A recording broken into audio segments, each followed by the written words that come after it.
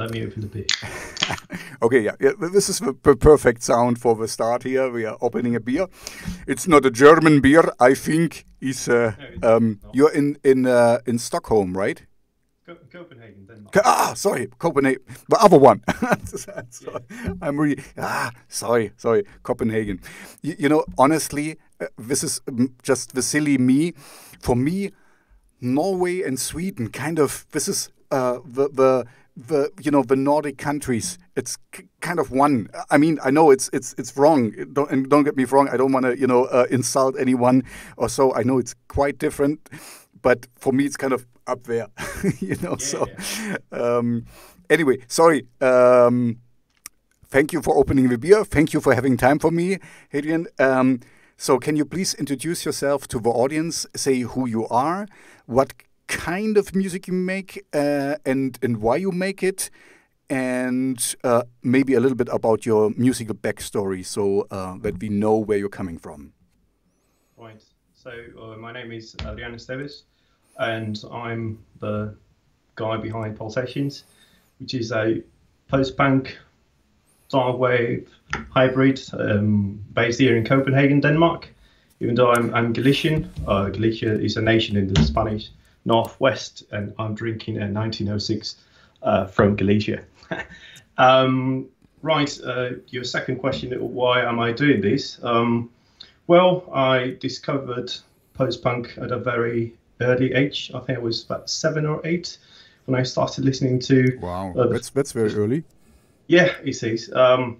My favourite band has always been the Sisters of Mercy. I had some The Cure vinyls at home, The Mission. Yeah, this 80s albums. I was born 1989, so kind of I inherited them. And I've always been interested in the genre, but I started playing black metal. I played black metal for many, many years. About 15 years. And I come from the extreme metal scene, black metal, death metal. That's a bit of my musical background besides the conservatory, and I studied travels of fluid. So it's a bit all over the place, I would say, and quite eclectic. But I've always wanted to have a post-punk darkwave project, and I finally had the energy to start something on my own, and this is it. Okay, yeah, because what I said to you in our little pre-talk is I can clearly hear that there is somebody there who's not starting from scratch, because the songs are too good to just appear, and especially I'm thinking you are a guitar player, because the guitar is very dominant there, and the beats are electronic, and that's absolutely fine. It meshes perfectly with the sound, and okay. So and this is one of the questions, and I'm starting right away with one where you can opt out if you don't want to answer it, but it's kind of like, okay, you're in Copenhagen, right? And but you have Hadrian Esteves. It sounds more like Spanish or it's Galician, which is Galician, Galicia, Galician in German. So is it like with what's the other one who wants to break out of Spain? There's this the Basque Country or Catalonia. Catalonia, because I knew a guy from Catalonia, Ferran. And we want to go out, and we're kind of like, well, they're not our guys. And I lived in Quebec, in Montreal, and it's kind of the same. They also want to have like, in a way, I'm okay. We shouldn't talk about me, but I grew up in East Germany, behind the Iron Curtain. So for me, it's kind of like I'm more like, unity and Europe, and we're all, we should be one. So for me, it's kind of counterintuitive to break away from a bigger conglomerate of states, and I think with Catalonia it's more because we have a richer part of Spain, and we don't want to go. We talk about music. Really. But we can talk politics. I'm very political in my lyrics, and I consider myself a very political person. I think just the right to self-determination It should be a human right, and it doesn't go against unity.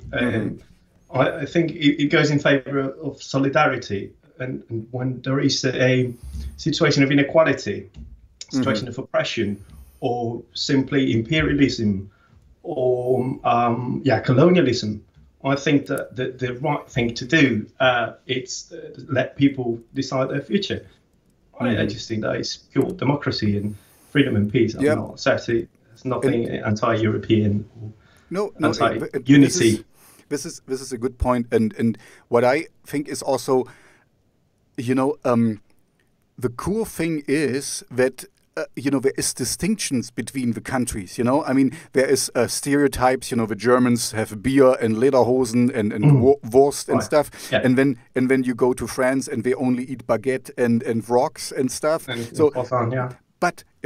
Croissant, but on the other, if you really take it, if you really go a little bit deeper in it, this is also what makes it so nice, because I mean, this is why you would travel somewhere else to find something else, It's not that, okay, I don't want to be bad about the Americans, but, I'm not going somewhere else to eat at a McDonald's. I'm going there to have, the cuisine of, what's in here. I lived in Botswana for a few months, and I ate the local cuisine. Not everything is good, but I mean, this is exactly why diversity is cool, but unity also, because we are in a, I don't want to bring it up, but we're in a special situation at the moment. I'm talking about the pandemic, and everyone is in it, and also it's like, even if one country would kind of completely eradicate the virus, they would have to shut their borders completely all the time, and nothing can go in and out. So we're all in this together. So anyway, and so you're from sorry, I forgot it again. Galicia, yeah. Galicia, exactly. So you're from Galicia. So how did you end up in Copenhagen? Well, I came here. The European Union funded program for educators quite a few years ago. About 6-7 years ago, approximately, and found the girl, the house, the job, the baby. So okay. I settled down here. Yeah. Okay, cool. And you're an educator. So that's your day job, I take it. You want to say what you do, or when we can? Yeah, well, I'm a teacher at a high school, and I'm also a researcher. Yeah, so I do a bit of both, sociology of education, and then I also teach. And what do you research? So it's sociology of education. That is my main field. Ooh, wow. And then I teach a subject called global perspectives. Okay, I see. So you were one to talk about, about European Union and stuff. So maybe we can go later into this discussion. But I first want to, I mean, we are meeting here because of your music, and so at least talk a little bit about it. So can you, how did you end up with black metal and death metal? Because this is, if you start your life early, like you said, with 7 or 8, I'm a big Sisters of Mercy fan, and all what you said. This is kind of my heroes as well. But for me, it's quite a stretch to go to black metal and death metal. How did you end up there? Well, not really. I would assume that in your teenagehood, you are seeking for more extreme, darker sounds, right? Okay. So when you start at 7 or 8 with the Sisters of Mercy, the Mission, Joy Division, you want something that by the time you turn 13, 14, you want something darker, faster, heavier. And that was my path. So I think it was more of a natural evolution. I never kind of let the rest behind. Is the foundation for me. So Pulsations is a bit of going back to the roots, right? Okay. Yeah, I mean, you're right. Sorry, yeah, this is actually obvious, a stupid question for me. But usually, most people I get go more to punk or something, and this is then just, to scream everything out. So death metal is a little bit more advanced. But yeah, death metal has its roots in punk as well, so it's kind of just the harder, the more aggressive version. So, okay, and you did this for 15 years, you said, and then you kind of settled down, and now you have some spare time at your hand, even if you're a family man as well. We established this already. I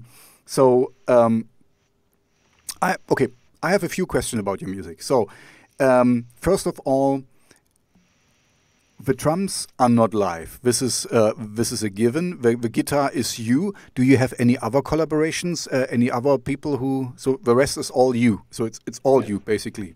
Okay. Yeah, I play all instruments, keyboards, synthesizers, guitars, bass, vocals. I also program the drum machine, and then I have a dear friend of mine who's in charge of mixing and mastering the tracks. Lalo Untitled. Yeah. Okay. He's the only collaborator.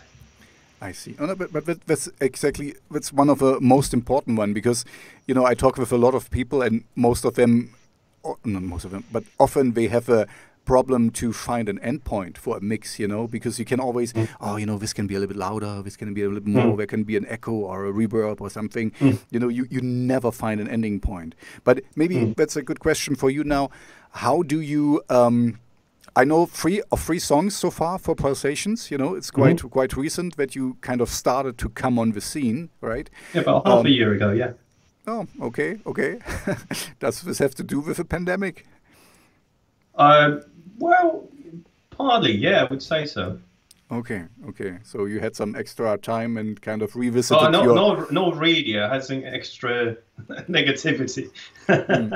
No extra time. I really had the energy and the willingness to do it. Mm-hmm. Okay.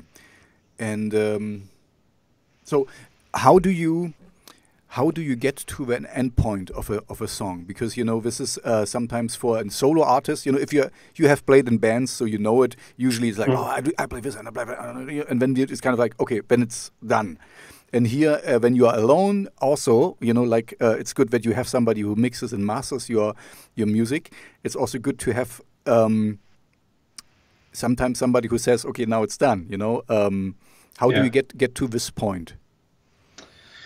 Well, I set a deadline, so that's the way to do it. I'm a procrastinator, so I tend to postpone things. I tend to leave things for the very last day, and the only way I can help myself is by setting deadlines. I work with these very short-term kind of deadlines, and that helps me keep going, right? So what I do, I say, okay, but by this day, I need to have the guitars ready or the vocals ready. And then when I've reached the last day of the process, I have to send it. And so I send it to the sound engineer, and he does his part.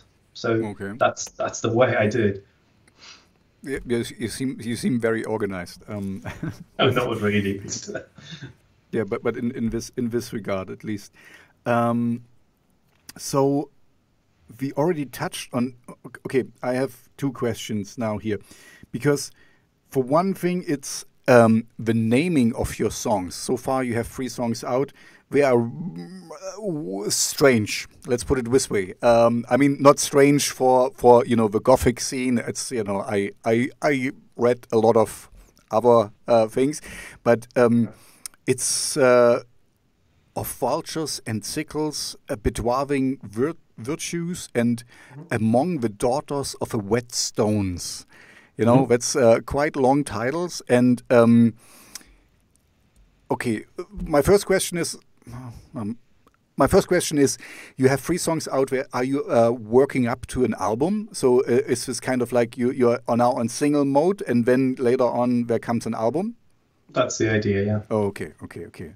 So, and yeah, what do you want to say with the names here? Bedwarbing virtues. I have to admit I want to to Google bedwarving. What does it mean? I didn't my daughter came in the way of checking this word. Bedwarving. I don't know it. Can you just say what you mean by this title? It's a bit of an archaic word in English, and actually it comes from a translation of a chapter from a book. A book of Friedrich Nietzsche. So it's actually one of the chapters of the Zarathustra book, and Bedwarfing Virtues. It would talk about the implosion of the virtues and the what can I say? The way I interpreted the script and the text is regarding this way that we show ourselves as virtuous people, that we show ourselves as successful people, and it's essentially most of it is all fake, at least when it comes to social media. So it has a bit of that. I got it because I'm actually a big Nietzsche fan, So I mean, Zarathustra is not the one I like the most. I like Beyond Heaven and Hell. It's this or something. I don't know what's in English. Of course, I read it in German. And he was actually for all this social media shit. Okay, I can say shit on my own show here. What is going on? He was kind of way ahead of his time, I think, because he already the guys who showed the most that they are virtue and kind of the good guys and stuff, they are the worst kind of guys, because we kind of want to, have a facade and just, show off things and I love Nietzsche because for me it was really an eye-opener to, in the beginning I didn't get it. When I started Beyond Good and Evil, that, he said this thing and I was like, yes. And then in the next sentence, he said exactly the opposite. I was like, what? And then finally I got what it meant. I mean, and you're a teacher, so you can teach me what it might really be, is to think for yourself. That's basically what Nietzsche kind of taught me, that for everything what you think is true, check also what the opposite can be, or kind of change your viewpoint and kind of have a 360 look at things, and don't never forget to question yourself and stuff. So this is what all the voices, the arguments that counter argue, introduce the supporting evidence, and this is basically think for yourself. I mean, not take anything like like all this. Verschwörungstheorien, how do you say it in English? This, the QAnon stuff, and so this is so ridiculous. If you just think about it for a little bit, then it's like, oh man, this is, I not even can have a surprise party for my wife, but there is a conglomerate of a few people who keep it, and only I know this, and I found the truth, and it's kind of, if you just we can talk about this, but I still want to kind of finish with your music, because this is the reason why you're talking. But I mean, with Nietzsche, we can talk about. You already alluded a little bit to it in the beginning, that you are kind of like have a political statement. And when I look at your artwork, then I was really like, you wanna. Oh shit! I didn't open it. Usually I pull it up because one of the pictures is like from a riot or something.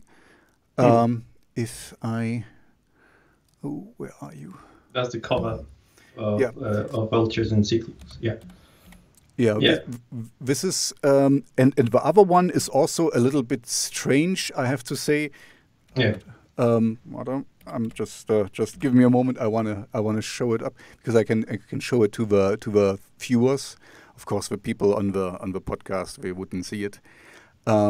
So I have now. Okay, one is a riot, an old picture of a riot, kind of Vultures and Sickles, and the other one is also weird in his own accord. this is yeah. Is this your father, or is it somebody on a motor? No, it's my grandfather. Yeah. Really? Okay. Yeah. Okay. Cool. Yeah. Cool machine. Cool machine. And what?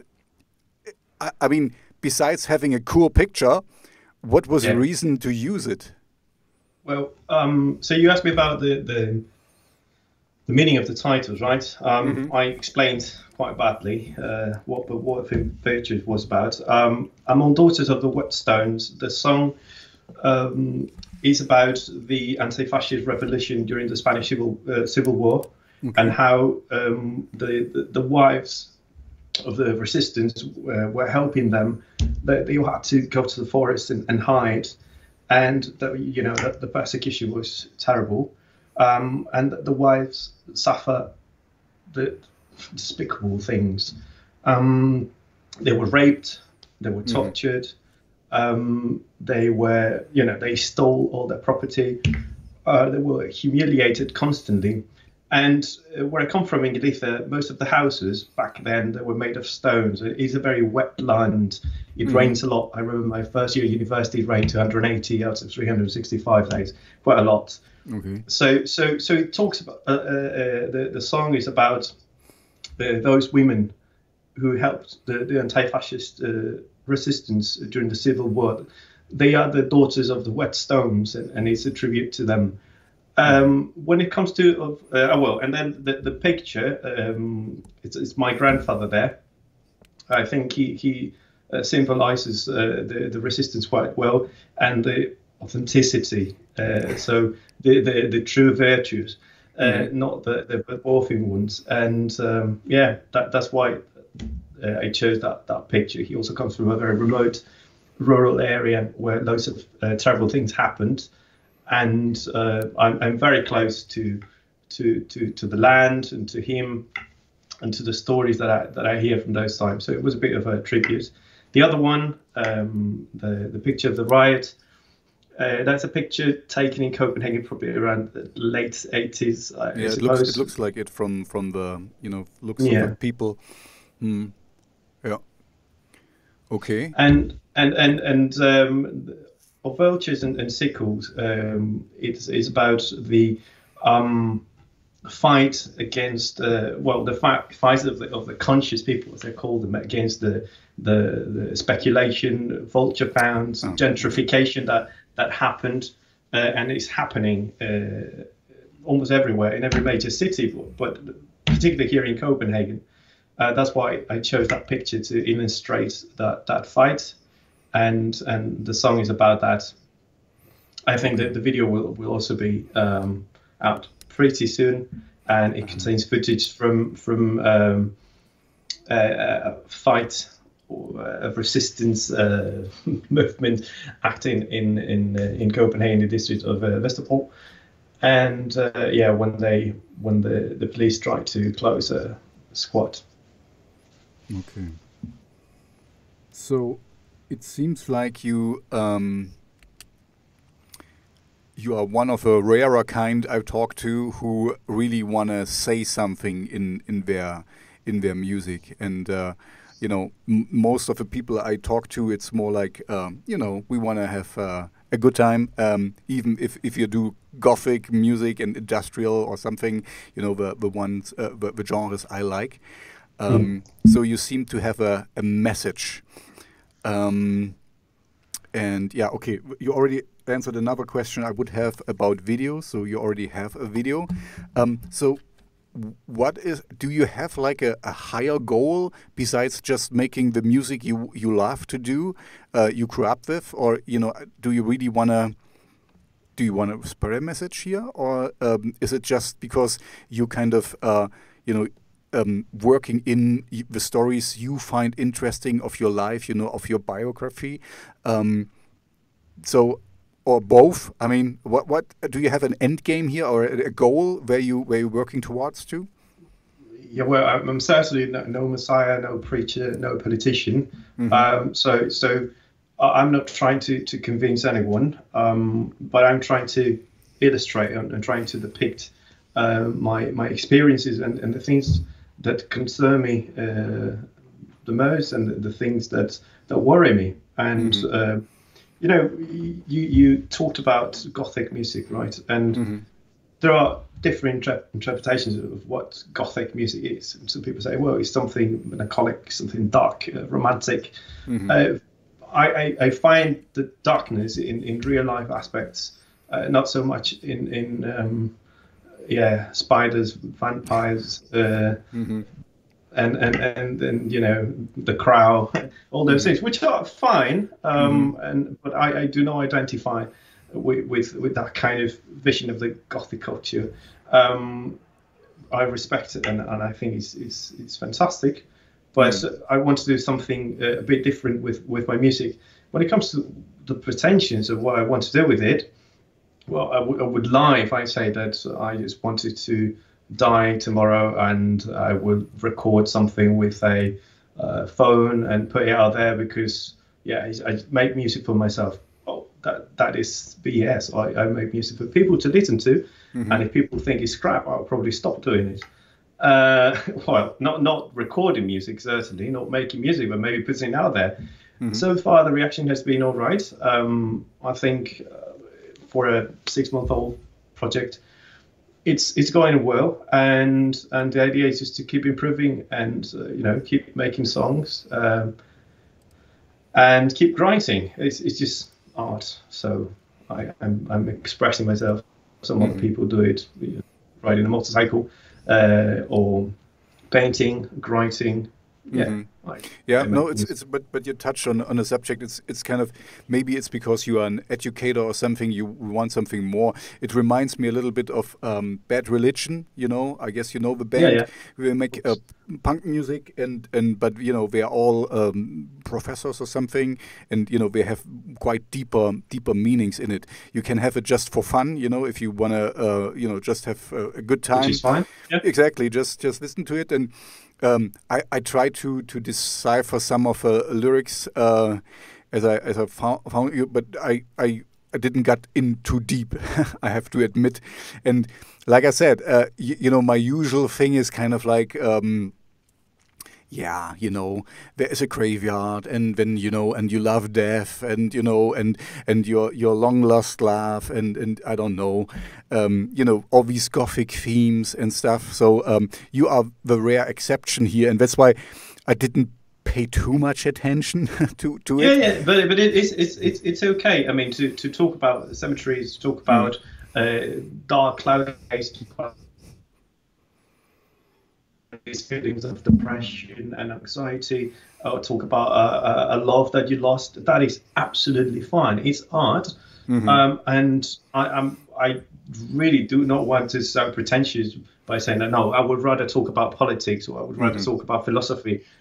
Certainly, just a choice, and it's not better than the other alternative. Both are equally good. It's just the approach that you want to have. No, I'm absolutely with you. It's a kind of I didn't thought you were pretentious or you wanted to kind of be better than somebody else because you have something more to offer. It's just it's a little bit rare, I have to admit, because most of stuff and or dark themes and stuff, violence. Okay, yeah. I wanted to ask. So first of all, please. Don't be offended if I the Spanish Civil War. This was 1920 around like this or something. 30s. 1930s. Okay, 1930s. 33. Yeah. 1933. Okay. So. This was if you're referring to Daughters of the Whetstones, that happened after. So the anti-fascist resistance and moved to the forest. Of course. Then there was that happened during Franco times, right? So they were persecuted once he got to power. Okay, and so it was probably the 40s, 50s. Some of them it lasted until the late 70s, 80s. I think. It's quite no, long. not 80s. Certainly not 80s, but 70s. Yeah, it was quite long for whatever reason. Oh, yeah. Yeah, so okay, that's why it was still in. Yeah, because I was like, okay, when was it? Because I heard, even some Germans were fighting in it, or they kind of trained themselves, for the next World War. And anyway, there was, I mean, Europe is quite entangled in a lot of history and stuff. So. Okay, we talked about this and that. So a video is coming. That's cool, and you're working on a whole album, right? This is, and it seems like you already took down the notes of a new age, with Spotify, that you kind of put out a single every once in a while. I don't know, every 3 weeks or something. As much as I hate it, I think it's the right way to do on Spotify, because you get, always a blip, and, people notice you again, and you have something new to say. But this brings me to a thing. It wasn't that easy to find information about you. I mean, I found you, or you found me. I don't know how we was it some bit that you sent me. We found each other. I don't really remember. Exactly. We found each other. That's the most important stuff. So we found each other, and that's good, because I really like your music. But apart from that, I mean, it seems like you're kind of working on being on YouTube, having a video out, and doing other things. At the moment, of course, there is no live concerts, but sorry. Once this world, okay. One thing is, I couldn't find much about you, so maybe a website will help or something. I'm not really sure how to do it. Or do you have anyone who can help you with your social, or does help you with your social media attire, or how do you call this? Your social media marketing and things? Because I'm a promoter of music, and I will do my part, but I'm kind of would love to be, that it's more out there. So, but I'm saying with so many words is like, maybe step up your game a little bit, because people should find you. That's my point. Well, I do not have any community manager who is in charge of my social network. No, certainly not. The band Pulsations is on Instagram and Facebook, Bandcamp, and I think YouTube, of course. But yeah, that's about it. If you want to find more information about the band, I usually post there. I post reviews, interviews, new songs, news, things like that. So most of the information is there. Having a website, well, in 2021, I don't think many people visit websites. People are more engaged in social media platforms, whether we like it or not. 10 years ago, 15 years ago, I wouldn't hesitate to make a website, buy the domain. MySpace site. Yeah, well, I did have MySpace sites, but we also had the .com domain, and without a .com, whatever band your name .com, that sent kind of a message that you were serious about what you were doing. Nowadays, I think that having Facebook, Instagram. Now, when you upload a song to digital platforms, it ends in things like TikTok and platforms that I don't even use. But it's there, and people stream it, make videos with it. So I think that if people want to reach out to you, or really to be more, they find the information they want. SoundCloud, that was another platform that I forgot, where you have a list of all the links. So I just think that adding one more that could centralize everything. Actually, there is one. So there is this website where you find the links to all the social media platforms. Yeah, the Linktree. Yeah, exactly. But I really don't want to spend loads of time managing those things. So with 2-3, I have enough. I told you from myself. I'm a one-man army as well. So right. I'm not on Facebook, and this is a choice, because it's too much to handle. I'm on Twitter, on Instagram, and Instagram mostly just to chat with people, and so That's it. Yeah, I cannot be everywhere. The only thing I recently talked with somebody else, and the thing is, and he had a good point, and I guess you're an educated person as well. All these social media platforms we are on, we are social media platforms, and we can fold, we can go away, so it's all kind of like he talked about this golden age of Spotify, that it's now really cool that you can find your music and it can be streamed everywhere, but it might change because Spotify never turned a profit. Only 1 year they made a profit, so one day it will kind of. My point is, for me, personally, I like to have a backup plan, to kind of, if everything falls down, this will not happen like this, but when there will be a website, people can still find you or something. That's just my thinking, That's why the guy also convinced me. I was never on Bandcamp. But how would they find your website? They have to go and Google and type your name, So if you have a band called the Red Sox, they have to type the Red Sox in Google, and that will link you to, you will see your the redsox.com website. But if you're a noble band, if you're just starting, who the hell is going to type your name? You Absolutely. need to use social media platforms, no, whether you like it or not. It's exactly no, and this is fine, and I don't think we will fold like this easily. But you have already a good point. One way you can be found is to have a very, very specific name, so that nobody else.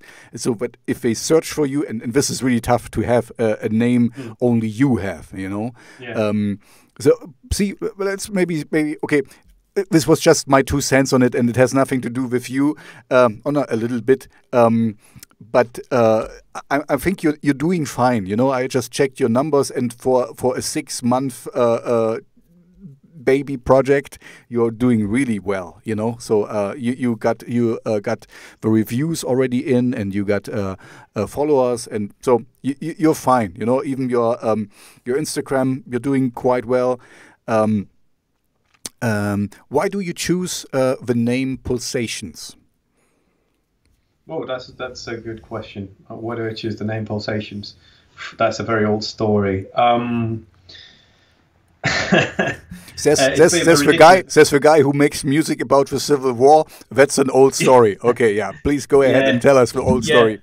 Almost as old as the Civil War. So I was reading a book.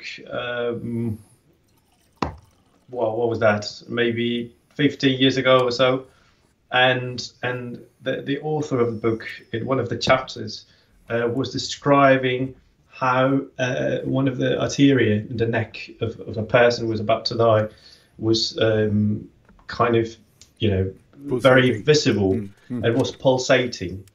And the way the author described the death of that individual and the pulsations, you could see almost the blood passing through and the arteria expanding and contracting. It certainly had an impact on me. And I thought, wow, that would be a really cool name for a project, Pulsations. So pulsation is something that tells you you're alive, you have a pulse. But it's also that when you're worried, and I suffered from stress and I had palpitations. So when you feel your pulse, it's quite a distressful experience when you can feel your pulse. It can go both ways, It's good to have a pulse, and it's not good to have a very high intensity pulse. Right. So, when you feel your heart beating and you're aware of it, and it kind of beats up here, and you feel pulse in your neck because you're stressed, that worries you. So several things led to me choosing that name. Okay, so it was one you came across it once, and you just kept it for your pet project. This is now coming to light. Right, I came across it once. Then I had palpitations and tachycardia, and then I thought, Well, this is quite a stressful experience, but at the same time, it tells you that you're alive, and then this connection between, life and death, being alive, this conscious living, and so Pulsations. What I want to do with the music, I want to do is music for me, but also for people who are conscious about certain things, right? That's why Pulsations.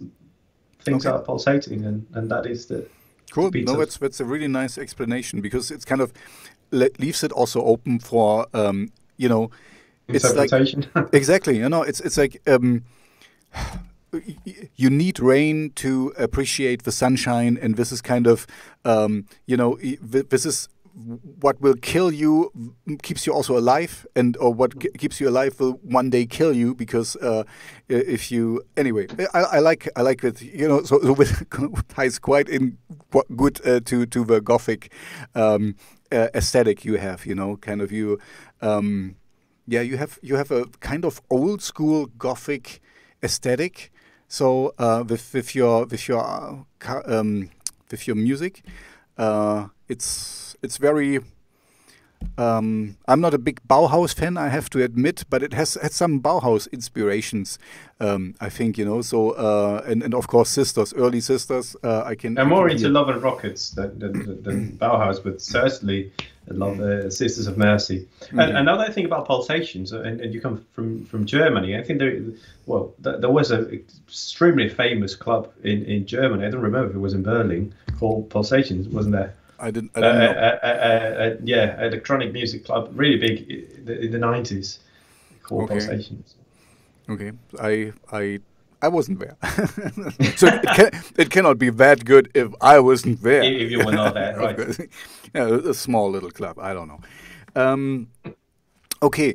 At the moment, let's not talk about the pandemic, but of course we are still in the pandemic.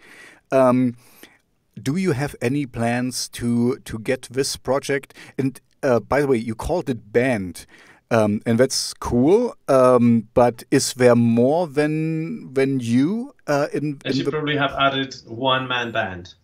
One-man band. Okay, good. Yeah. Okay, good. Because, just to make it sure, it's a one-man band.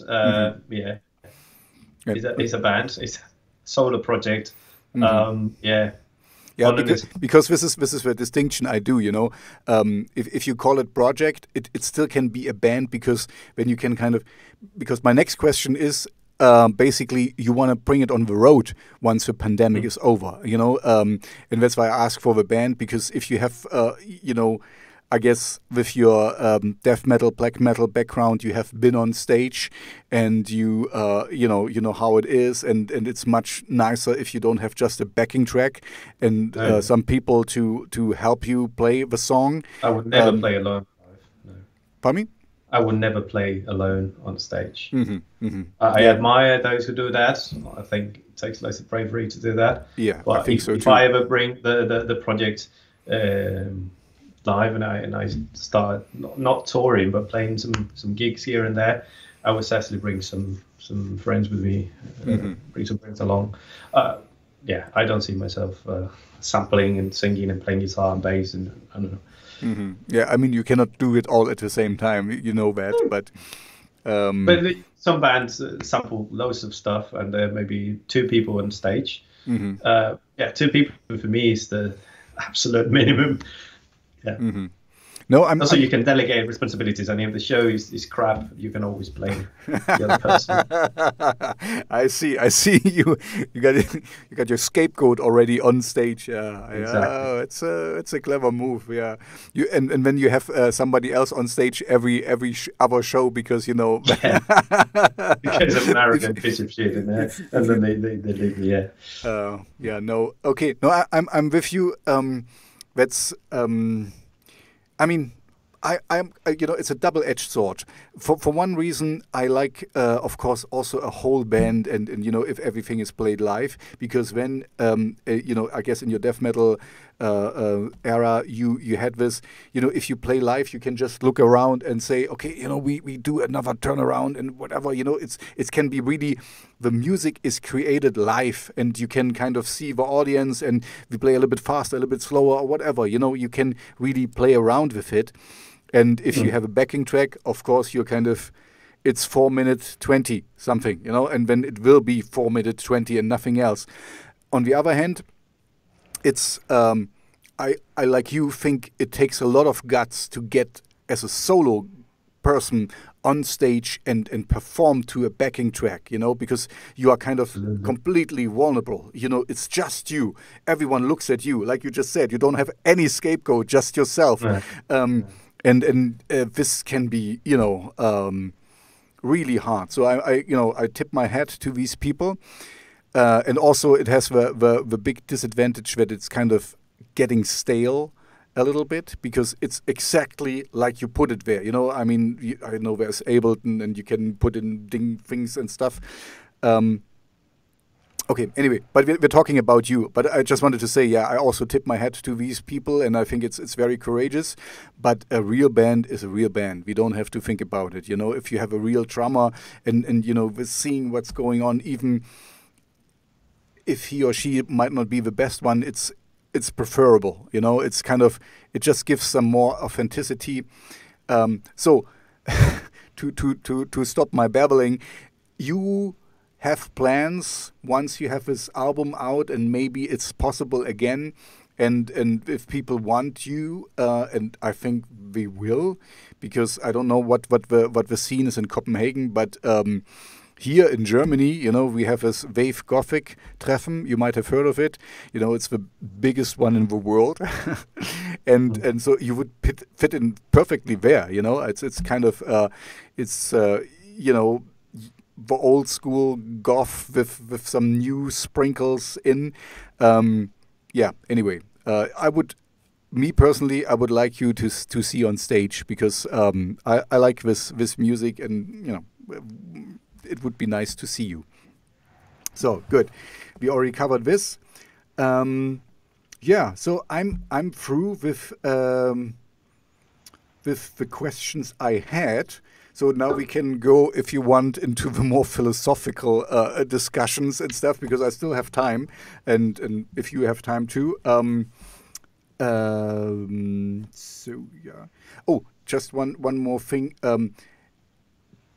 Are you planning on, because this is very in vogue at the moment, or en vogue, you have to say, any collaborations with other artists, that you play something, if somebody reaches out to you and can you play some guitar here or, whatever, or lend some vocals?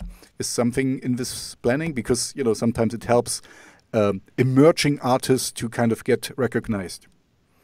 Right. Not so much collaborating on other people's tracks or recording something for them. But, I'm in contact with some artists. And the idea is to make some remixes. That is quite a popular thing.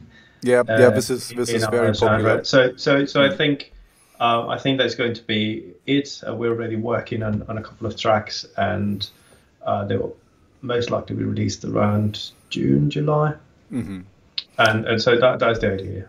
And the cool thing with the remix stuff is like basically you already have a song, and you get a new a reiteration or a new remix of it. So kind of, you can when we're talking about social media and Spotify, making the Spotify algorithm happy, you always have something to put out, and it kind of leads back to you and the other artist, and the other artist leads back to you, and so it's kind of, it's usually a win-win. I mean, especially if you're a little bit smaller, I don't know if you saw my talk with DJ Sardonic, and I was thinking, but he's a little bit expensive. I was like, oh, I could make a remix there.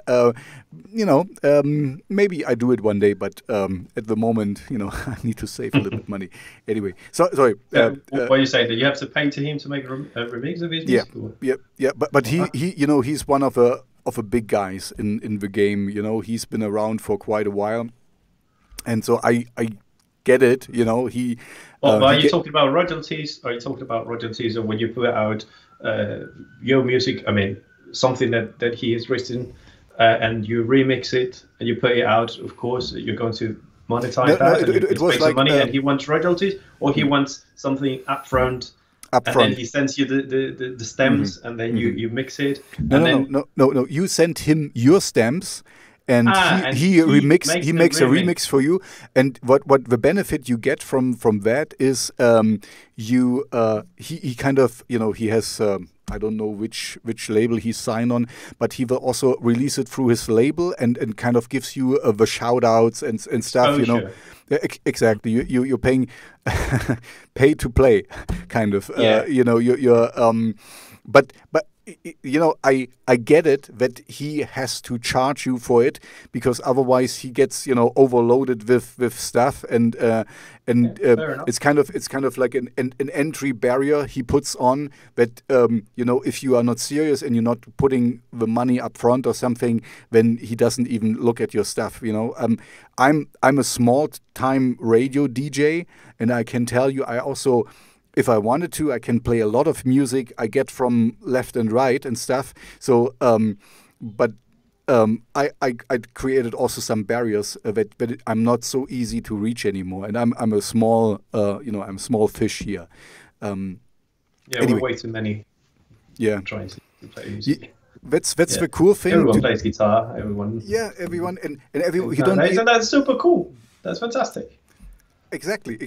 I like it. You know, this is the liberation of a music scene. You don't need a label anymore. You know, everyone can put out music, and it's great, and I like it, and I don't want to take it away. But the problem is, everyone can bring out music, and because everyone does, and somebody just puts some stuff together on his iPhone. You have your own filter, and maybe what is good for you, it's terrible for other people. What is, you know, dreadful for you, it's fantastic for other people. But that's the beauty of it. Now you don't need a label backing you up. You don't need to have $60,000 in your bank account to record an album. You can do it with some, you know, basic equipment at home. You can sound decent, and if you make it cool. If you don't, I mean, you put it out. Kudos to you. That's nice that we somehow have overcome that financial barrier. That for me, it's the worst. I mean, with the money hinders the art.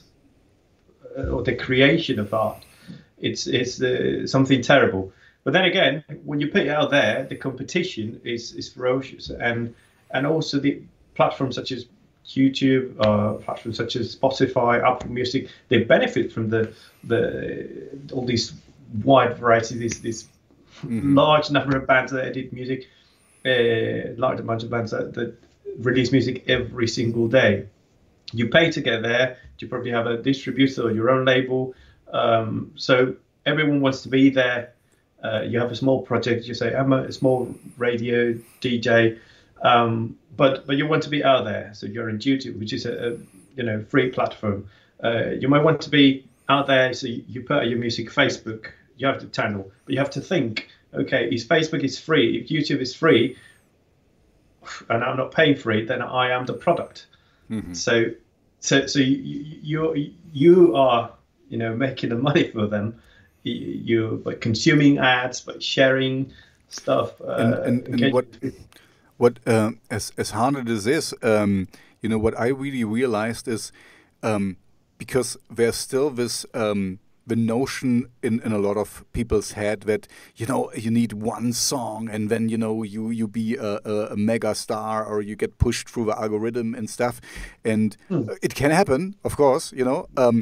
But as I'm in it for a while now, I can see that a whole industry around this stream developed, you know, because as everyone can do his own music today, you know, there's a lot of companies who kind of suck you dry, because then there's an extra company for, we do your mixing and mastering, and then we do your distribution, then we do your PR and your community management, and then we do all of that, and then you end up paying hundreds of thousands of dollars to people because you want to make it, but like you, there are another 200,000 people trying to make it, And so, yeah, of course, the vultures, they circle around you, and that's the business at the moment. Yeah, but overcoming that financial barrier that I was talking about before, comes with this high price.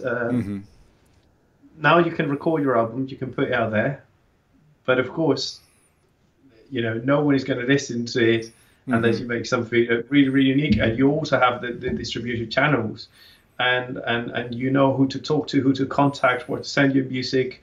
You talked about making one song and then booming, there's an explosion, you make millions. Well, it really depends what kind of music are you making. If you play dark wave, I'm sorry, mate, you're not here. You're not in for the money. I mean, you have Molkadoma there, quite big, or she passed away. When I think about Lebanon, Hanover. Yeah, you have some bands that are big at the moment, but I wonder if you can call that tremendous, massive success, rock stars. Well, certainly not. They're wonderful people that make wonderful music, but playing dark wave or post-punk, it's a bit harder than if you play other mainstream styles. Sorry, this is your talk, of course, but I talked with Rabbit Junk recently. I don't know if you know him. He's also an educator. He's a college professor from the United States. And they've been around for 20 years, and he kind of told me, we even have a Wikipedia entry, so they're serious. And he said, okay, we get half of my income comes from my college professor thing, and the other half comes from the band. So we're making it, we're doing it. We're also on, and like you, actually, that's a good point in your words. We don't have any website. The only website we have is the Bandcamp website, and where you can also put in merch and stuff. We have an extended website. I think this is the pro version of Bandcamp. So also he said, like you said, cutting costs. He just does what needs to be done and it works for them, and they stay relevant, and we've been around for over 20 years now. But yeah, we're doing niche, but we're doing well, but not well enough to live from it completely. He still has his day job, basically. Anyway, but what I wanted to say is to get it to a better place again here.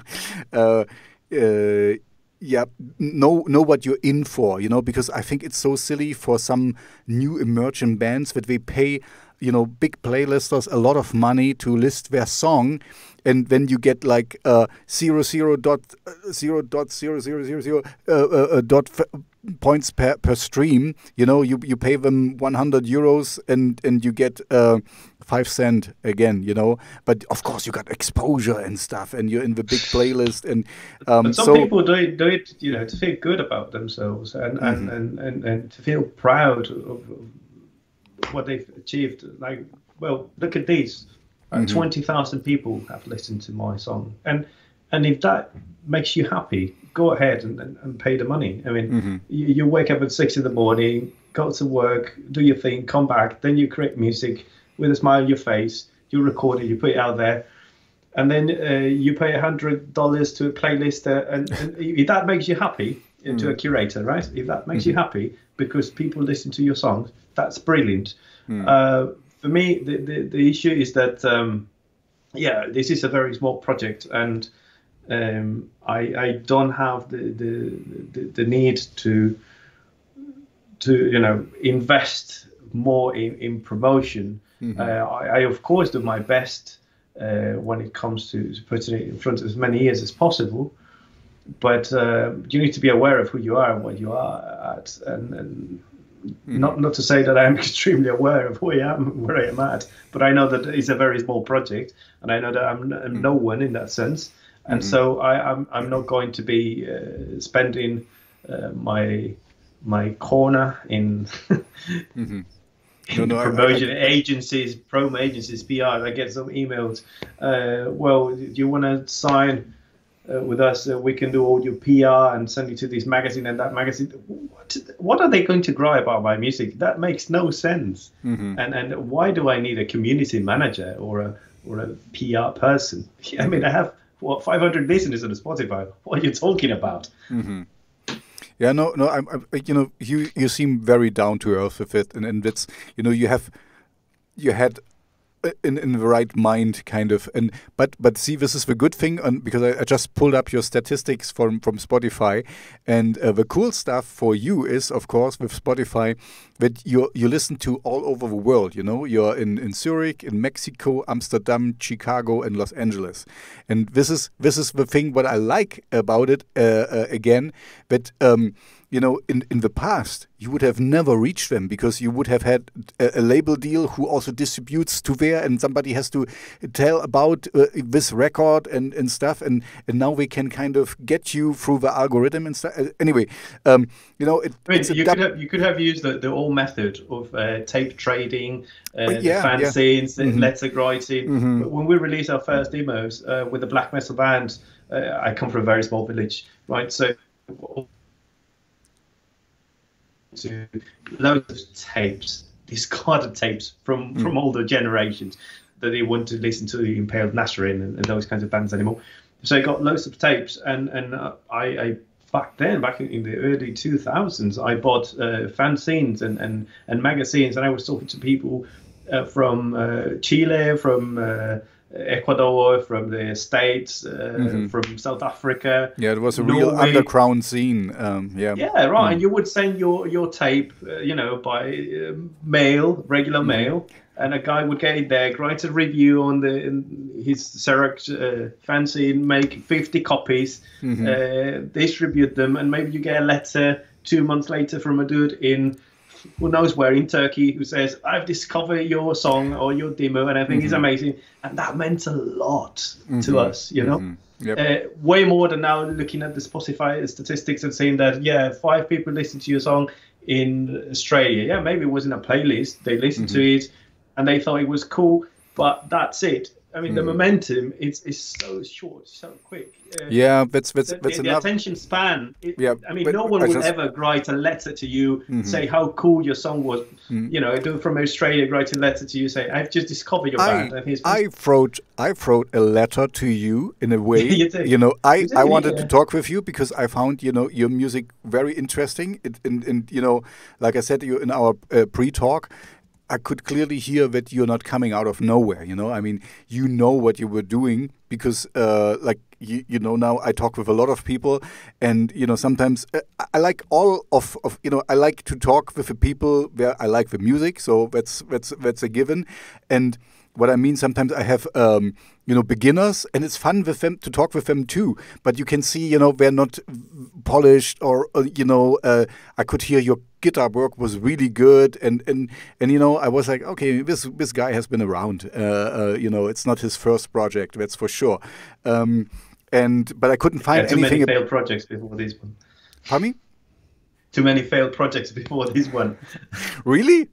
Did you have other failed projects? No. Well, I wouldn't call it failed. It was a bit of a joke, right? It's banter, but like I've had other projects before, and you learn from everything. From playing black and death metal, I also play in a post-rock band, and all the way to indie electronic music that was a bit more accessible, mainstream, if you will. And from all of those experiences, I learned that, that I personally don't want to look at my music or the way I create music as a business, and the people who do, I respect them because those are the ones who are going to probably make a living out of it, and I think it's super fine. I just simply have chosen another career path. But for me, music is not, if not as important, probably more than my career path. But I just don't want to look at it as a business model, because I think that constrain in a way the creative process, what I want to say, what I put out there, and I would censor myself. Yeah, I completely I hear you, because I see it exactly the same. You know, the cool thing with music is, or if you are an independent artist, you can do whatever you want. You know, there is no restrictions, and I love this with music. You can run in every direction. Just today, I talked with a guitar guy, a friend of mine, and it was like, you know, there's a book written on how to do this kind of music. And I'm like, I would never read it, because it's kind of like, then you know exactly how to do this kind of music. But for me, music is, you can run in every direction, and it's no right or wrong. It's just what you like and what you don't like, and so. I would it would be stupid to put in, blinders and you can only look in this direction. That's why I was a little bit surprised with, not surprised, but for me, death metal and black metal is kind of like this, you know, this is not true death metal anymore. If you do, it needs to be, and you know, kind of like, oh man, you know, I really like the music, but I hate this growling, and it's kind of like, I know it's a style, but it's so... Just don't do it and do something new. I hear what you're saying, but on the other hand, for instance, when it comes to black metal, I feel a bit more identified with the black metal scene than with the death metal scene. But the purity, this true black metal will never die. This band, you know, they start saying no way that this is true Norwegian black metal. Then it comes with the Finnish black metal. Then it comes to I play black death metal. I play orthodox black metal. I play. So there are loads of labels, sub-labels, sub-genres. If you have not burned down a church, you're not really black metal. Okay, this is just No, but again, some people might believe that in the genre, in the black metal scene, and I think that for me, I also had my phase, right, particularly during my teenage years, maybe 16, 17, when I thought that the black metal was something bigger than myself, and I wanted to keep the purity of it, and I was really into not only the music itself, but the philosophy, the hallow, the spirituality of it. I myself, not a very spiritual person, but I'm still fascinated by the spiritual movements that can convince so many people, and that you have this general alienation of people, you know, replicating the same pattern.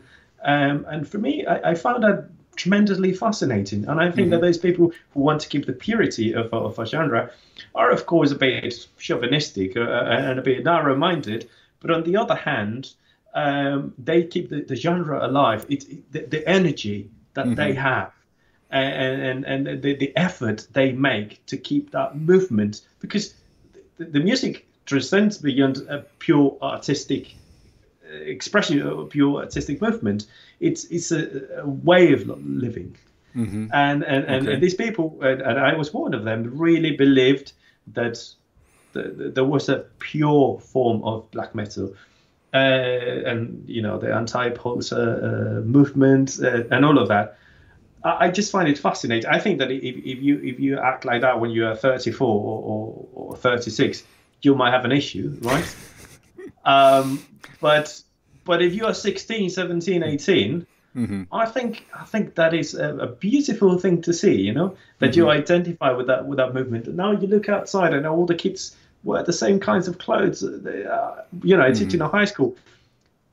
I'm not that old. I'm in my early 30s, but when I was in high school, we had the hip hop guys, we had the metal guys, we had the punks, the pop guys, and stuff. But, you know, the different tribes, the skaters, and it's fine. You carve your niche. You go to high school. Now you go to high school, and you know, everybody has been cut using the same pattern. It's there is certain homogeneity there that I find appalling, if you ask. Yeah, I have the same here in Germany. I mean, it's you know, this is for me so funny. Okay, I tell you my take on it.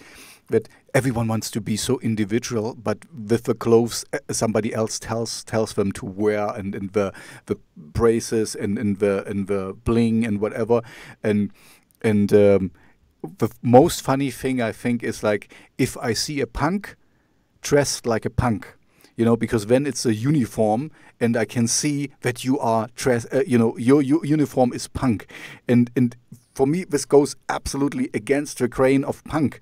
This means non-conformity for me, and in my head I'm kind of a punk, but I would never dress like this, because when it's a uniform, I put on something.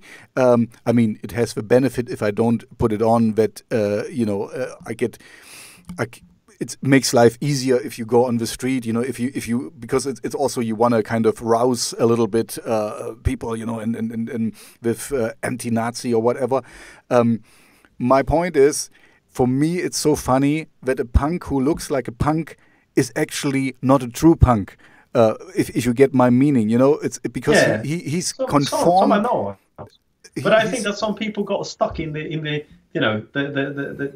early punk aesthetics, and they might be in their 40s, they might be in their 50s, and they wear the same clothes they were wearing when they were 20, and I think that is okay. It's adorable. I think it's cool because it's part of their identity.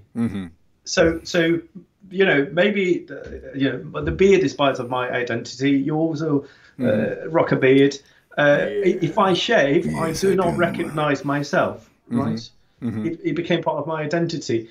If you wearing a leather jacket or wearing loads of patches or pinned and things like that, is part of your identity. It's absolutely fine, regardless of your age.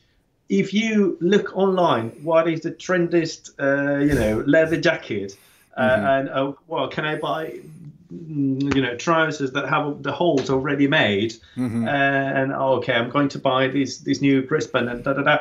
Well, certainly, I agree with you that you are the least of the punks, right? But if you're still rocking your old leather jacket or denim jacket right. from the 90s, okay, I think that you're a genuine, true punk that hasn't given up. That's a good no matter point. what they say, no matter how much people criticize you, because it's true that we tend to judge people quite easily. That oh my gosh, he's 45, still dressing like a 20-year-old from from the 80s. Do you have a time machine? What is wrong with you? I think that those people have loads of courage, and as we said about the same thing that we said about those who go on stage to perform alone. I think it takes loads of guts for those people to wear their clothes and represent their movement, because it's their identity. Yeah, I hear you. I get what you're saying. It's also it can take some guts, but sometimes I was thinking as you were talking, sometimes we might be just stuck in it, and right. They're so used, they don't know another way. For them, it would feel not good to have another jacket than a leather jacket on or something. For them, it would be, it wouldn't feel like you wearing wool for the first time or something. It kind of like we would not feel well. The issue for me is that if I accept that, then that would go against the principle that I am making 80s music, and that's a fact. My music does not sound modern. Nope. It's music from the 80s. That was something that happened 40 years ago. And some people might say, why are you playing music for grandparents or for 50-60-year-old people? That's a good point. Going back. Yeah. So no. Sorry. Going back to your music. I mean, this is why we're talking. This is okay. I'm a radio DJ, and I get a lot of songs, and I usually decline songs when I'm like, okay, this I have heard 1,000 times before. And you just did the next iteration of a song. I don't know. Let's take Sisters of Mercy, or they have a certain style, and you just copy. Yeah. And then it's like, okay, I have heard of the original. It's fine. I like the original. I don't need the 1,000th copy of it. But with your music, and that I like it, you still added something different. It's not, I know, of course, that's what I said. It's kind of, it's the proto-goth kind of stuff, and it's really old-fashioned, but it's still fresh. and so you kind of got something in there. You're not a copy of a copy of a copy of a copy, because otherwise I wouldn't talk with you, because then it's like, okay, I mean, it's good music, I love it, but I would love the original. And now you're becoming, you still have all the influences there, but added something new. And this is exactly what you should do. I mean, you should know where you're coming from, or what you love, and but not keeping it stale and kind of don't get any air on it. You kind of this is I think from your biography, where you're coming from, you unconsciously ingested something in there, what makes it different from just like what we had 40 years ago. It sounds like it, but it's different, and so that's the reason why we talk, because for me this was, oh man, this is cool, this is cool stuff, there is something going on here. And I also like that you also the songs are very concise, is the right word. They're sounding similar in a way, and in a good way. I mean it in a good way. That it's you. It's Pulsations. I can hear it, and it's your sound, and it's distinctive. That's what I want to say. It's I can hear it out. If you have once a whole album out, and I just hear one song, oh yeah, this is Pulsation. I can put my finger on it. It's your voice. And it's also your guitar work, what's outstanding there. And anyway, I'm just saying, because we got off with, some people got stuck in their 80s look and just rock it. Yes, I'm pretty much that punk that wears the old school leather jacket. But the not completely, jacket. exactly. But then I'm wearing some fancy modern Nike sneakers. So I'm still, the old school dude who looks like he came from a blast from the past, but he has these shiny new sneakers. Okay, yeah. Okay, I can accept the sneakers. It's fine. That's fine. No, thank you very much. By the way, I appreciate the review. I'm glad you say that, because certainly the influences come from the proto goth bands, if you want, the 80s post-punk bands.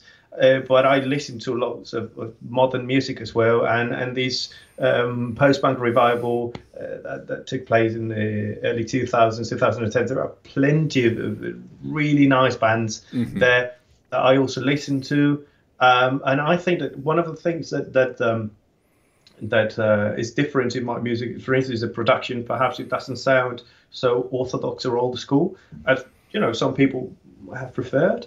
But I just identify a little bit more with a more modern, compressed sound, and then your own take on the songs, just make them your own. It's really hard to be a replica of something.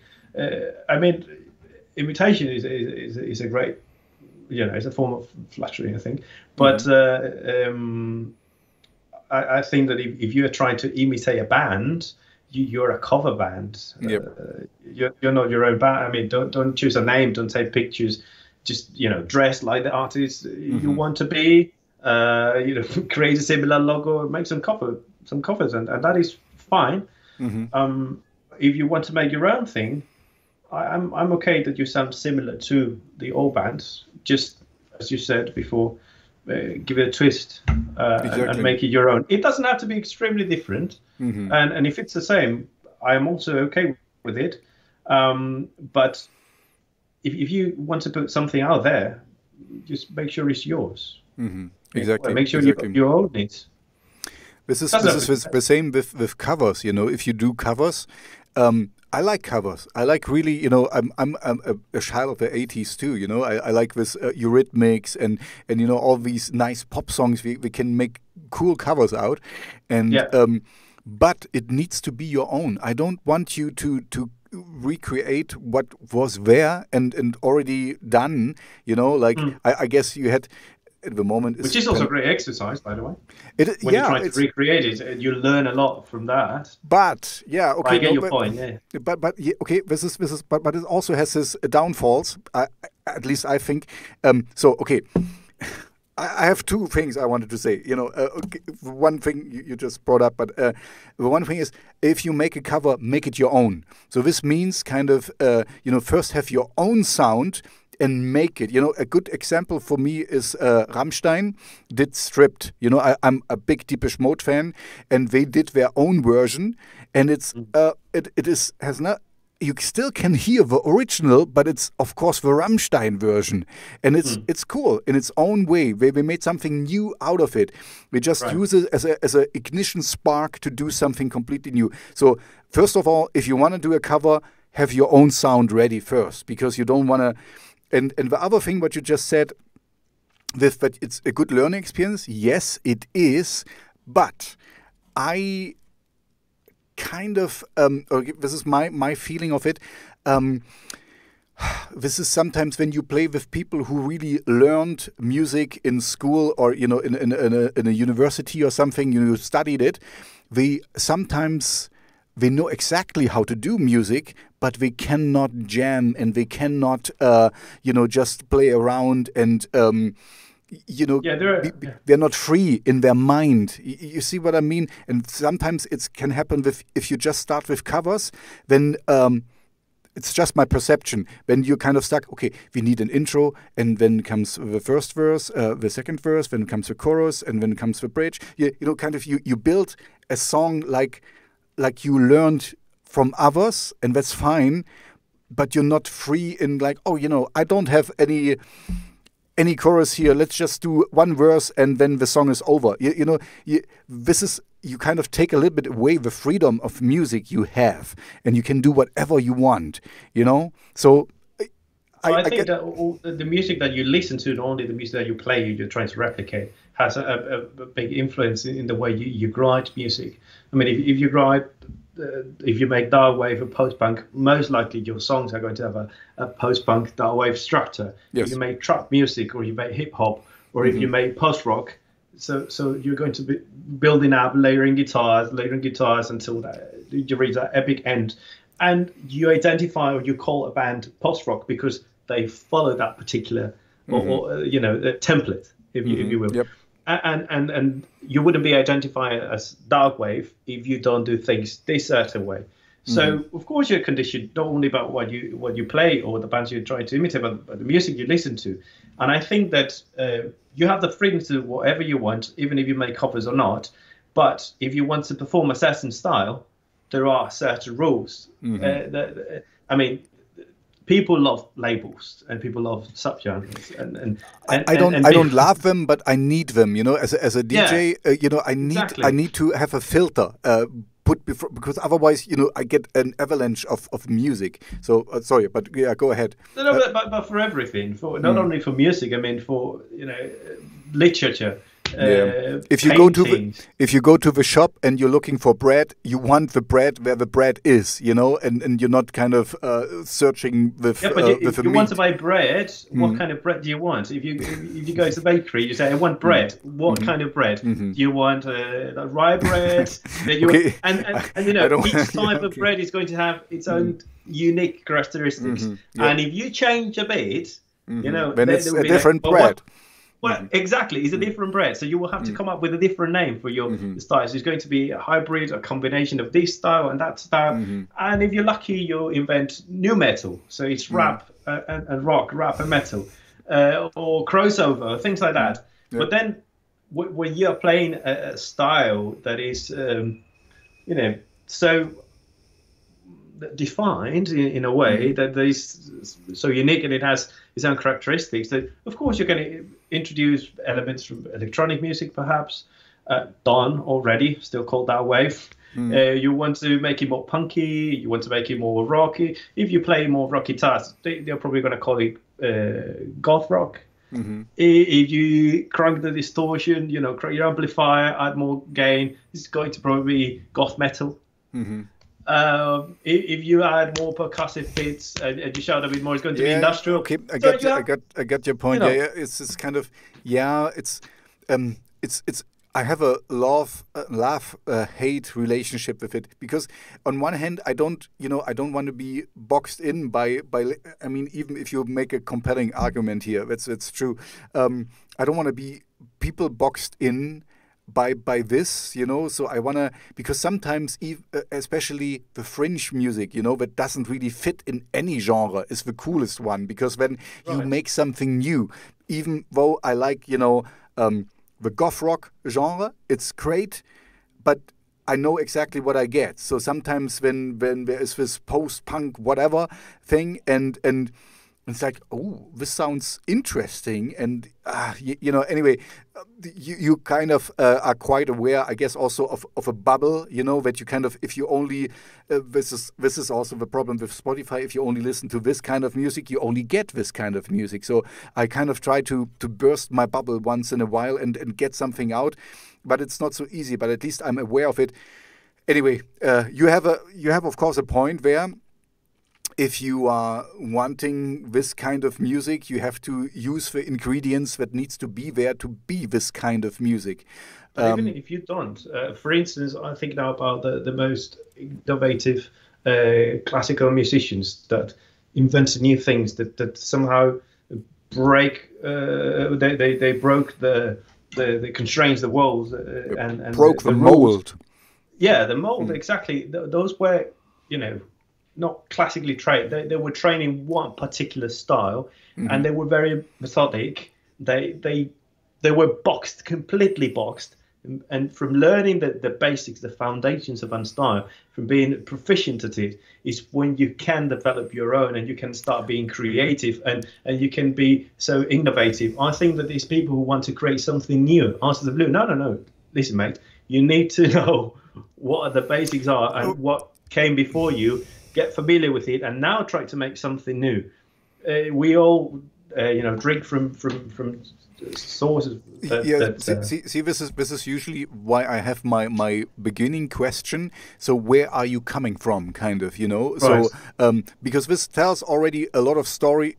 It tells a lot, because I kind of can figure you out better. That okay, you know, this is where you're coming from, and you know, for me it fits.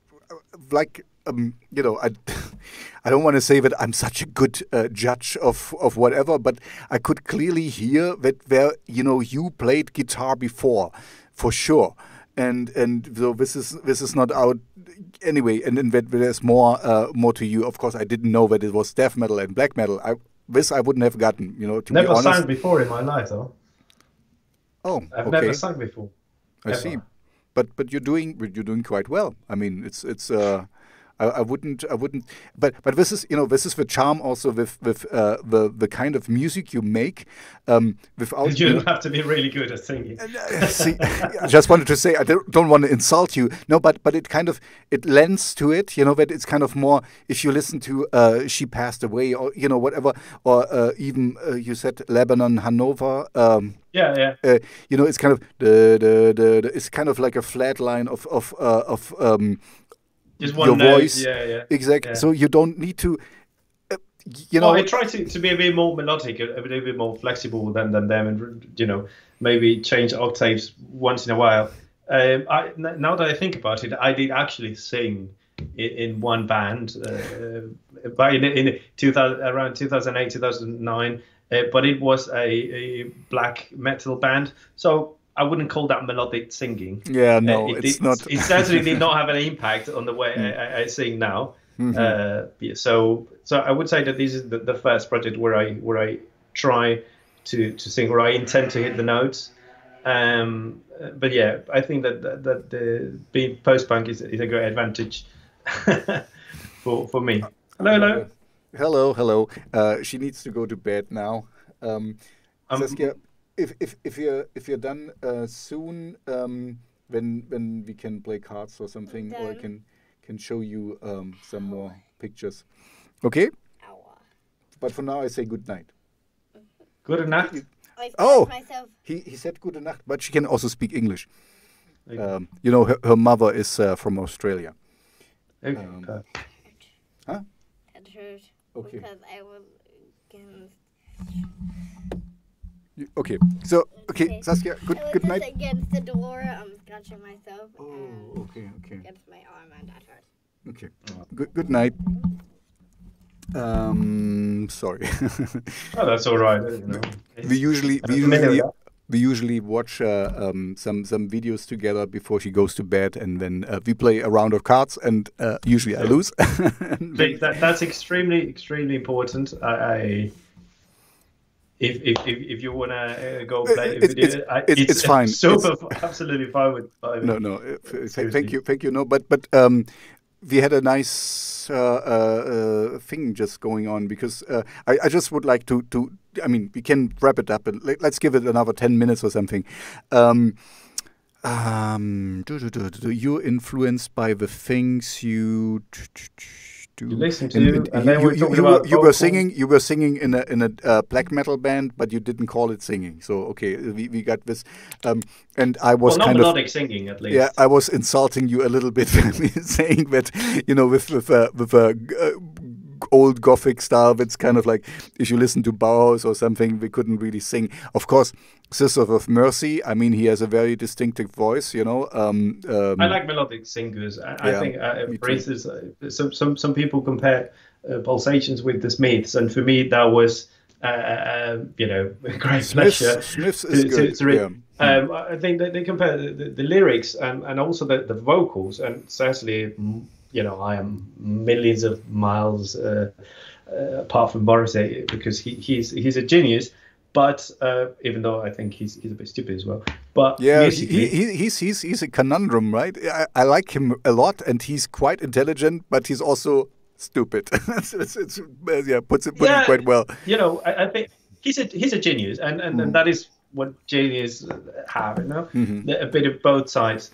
But some people compare the vocal lines and Pulsations with the Smiths.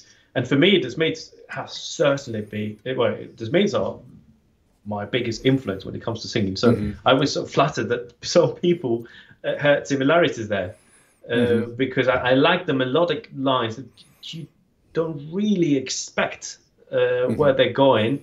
And it's not this kind of, you know, pentatonic scale that most pop bands use. That's also, yeah, that's a good point. This also keeps your music fresh, because what I really hate as a radio DJ is when I kind of have like 10 seconds of a song and I know exactly where it will go. You know, I know exactly, okay, yeah, this will be and crescendo and da-da-da, and you can foresee everything. That's cool, you know. I mean, I know what we're trying to do or something, but it's so boring because I have heard it 1,000 times, and that's a good point. Your vocals are not kind of so foreseeable. They're a little bit different. And the Smiths, of course, yeah. I just recently listened to some Morrissey songs, and it was like, the songs are not that great, you know. I mean, musical-wise, we're not. But then the voice is kind of, yeah, it's him. So yeah, and even that's all you need. Exactly, and also the voice is not that great, but he makes something with it that it's kind of like. Okay, that's a different one, but Cohen also, you know, it's not. Yeah. He doesn't do much. He doesn't do or didn't do much with his voice, but it kind of worked, and this is the same with Morrissey. He has kind of, I was like, man, when you dissect it in your brain, it's like, okay, this is this chord, it wasn't nothing fancy, but he kind of made it, and this brings me back to the thing. This is the magic of music, you know. You just need a good idea and sometimes even just an acoustic guitar and you get it, you know, and then you can mesmerize people. And this is, bringing it back to you, you put in something special there. And this is, I have to admit, the Smiths, but I'm not so a big Smiths listener.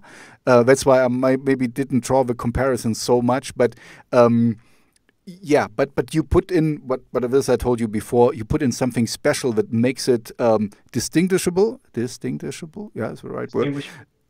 Thank you. My English is not that good. It is pretty good. Thanks, but yeah, also and also unique. You know, it's not stale. That's what I told you already. That's why we are talking, because it's not the same over and over again. So yeah, I'm honestly, to kind of close it out now a little bit, our talk, I'm honestly looking forward what you have to say in the future, and also the video I'm looking forward to, because as you know, we talked about, you need to be present on different platforms, and I talked once with a band and I told them, okay, I saw you have a lot of videos out there, and but they're not really that good. And we said, yeah, we know, but we did, for every song on our album we made one video, because people need it, people want it. Some people just listen on YouTube, some people listen only on Spotify and whatever, and they wanted to be present for everyone. So it's good to have this, and maybe one day, this pandemic will be over, and then we kind of reconnect, and we're gonna see if you get your feet wet on the live circus, or how you call it, on the live circle in Copenhagen. Sounds great. Okay, so thank you very much for your. Wait. The last thing, you have some closing statement. We didn't talk about philosophy and stuff. I mean, we could have went a lot of statement. No. No. Let's not. But do you have any? I give you the space now for. Do you have any closing statement or closing things for the people out there? What can we expect from you? Give us the outline and the ending and the closing words. Well, so the closing words are going to be thank you for having me today. It's been a pleasure talking to you, and I will keep making some music. So if people are interested, they should tune in, because something might come out in around around May, June this year. So that's about it, and the new video in about a month or so. Mm-hmm. So thank you very much for having me. Dankeschön. Bitteschön, sehr gern geschehen. Sehr gern geschehen. Ich muss das ja ein bisschen rammsteinisch sagen. Rolling the R. Yes. No, sorry. Thank you very much. It was my pleasure to get to know you. And for me, the cool thing is, I only talk with people I want to talk to. So, I like your music, and that's why I wanted to talk with you. And I'm quite happy that it worked out now, because we did this a couple of weeks or months even before, to set up this talk. So, thank you. Thanks so. It's been a while. Yeah. It was a while ago. Okay. Goodbye.